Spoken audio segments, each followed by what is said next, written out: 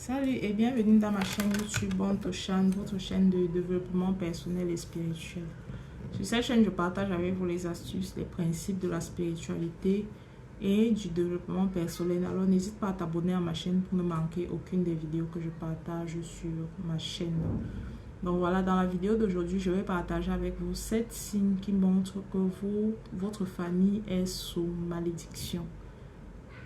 Écoute cette vidéo attentivement jusqu'à la fin. Tu vas savoir si ta famille est sous malédiction ou pas et ça va t'aider à sortir de cela.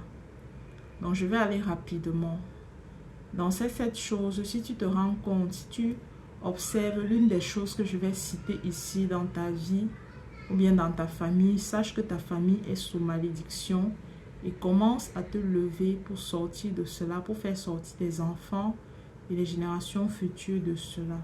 La première des choses, c'est la mort régulière. Les gens meurent dans votre famille à un certain âge. Il y a des familles où personne n'atteint 40 ans, 60 ans. Je vous assure qu'il y a des familles comme ça. 35 ans. Tout le monde meurt à partir d'un certain âge. Donc si vous remarquez ceci dans votre famille, il faut vous lever. C'est un signe que votre famille est sous malédiction. Et vous n'allez pas passer par cette malédiction. Vous voyez un peu. La deuxième des choses, ce sont les problèmes financiers. Les problèmes d'argent. Tu as remarqué que personne dans ta famille n'a de l'argent. Tout le monde est pauvre. Peu importe les efforts que vous faites. Il y a toujours la pauvreté dans ta famille. Il n'y a personne qui... Je vais dire quoi, qui n'est même moyennement riche, à personne. Tu ne peux pas secouer une personne dans ta famille et cette personne te donne facilement 500 000 francs. Ce n'est pas normal. C'est un signe de malédiction familiale. La troisième des choses, c'est les mariages tardifs. Si tu te rends compte que dans ta famille, les gens se marient très tard, à un âge très avancé, c'est un signe que ta famille est sous malédiction générationnelle.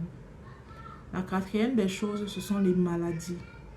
Dans ta famille, tout le monde souffre de la même maladie. Ça peut être l'hypertension, ça peut être le diabète, ça peut être le cancer, ça peut être le mal des yeux. Tout le monde souffre de la même maladie dans ta famille. Et tout le monde, à un certain âge, attrape la même maladie. Ça peut être des AVC. C'est un signe que ta famille est sous malédiction. La cinquième des choses, ce sont les problèmes maritaux. Donc, dans les mariages, dans les foyers, il y a toujours les problèmes. Personne ne reste dans le mariage. Donc, si tu observes ceci, si tu vas en arrière, si tu observes les générations avant toi, ta mère n'est pas restée dans le mariage, ton père, tes oncles, tes tantes, tes grands-parents, tes arrière-grands-parents. Donc, lorsque tu analyses, tu observes, tu vois cela. Il faut noter que c'est un signe de malédiction familiale. Tu vas voir dans les familles, les gens sortent du mariage sans raison, sans explication valable. Donc, ils veulent juste divorcer. Ils veulent rentrer dans la maison de leur père. Ce n'est pas normal. Parce que le mariage est une bénédiction. Ça, c'est l'œuvre d'un esprit fort qu'il faut briser dans ta famille, sur ta famille, si tu observes cela. C'est une malédiction.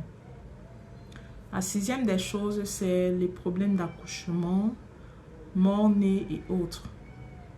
Vous voyez un peu, il y a des familles qui ont tout. Vous allez voir des familles qui ont de l'argent, mais ils n'arrivent pas à avoir d'enfants. Ils n'arrivent pas à concevoir, ou bien lorsque la femme réussit même à être enceinte, elle fait des morts-nés. Ou encore l'enfant meurt sans raison. Donc c'est-à-dire que l'enfant est né, mais il meurt sans raison. Il disparaît tout simplement. Si tu es dans cette situation et si tu observes cela dans ta famille, si tu observes cela sur tes proches, tu dois te lever pour briser ce cycle sur ta vie, sur la vie de tes enfants et sur les générations futures. Et j'aimerais que vous sachiez que c'est vrai que souvent affronter certaines malédictions fait peur.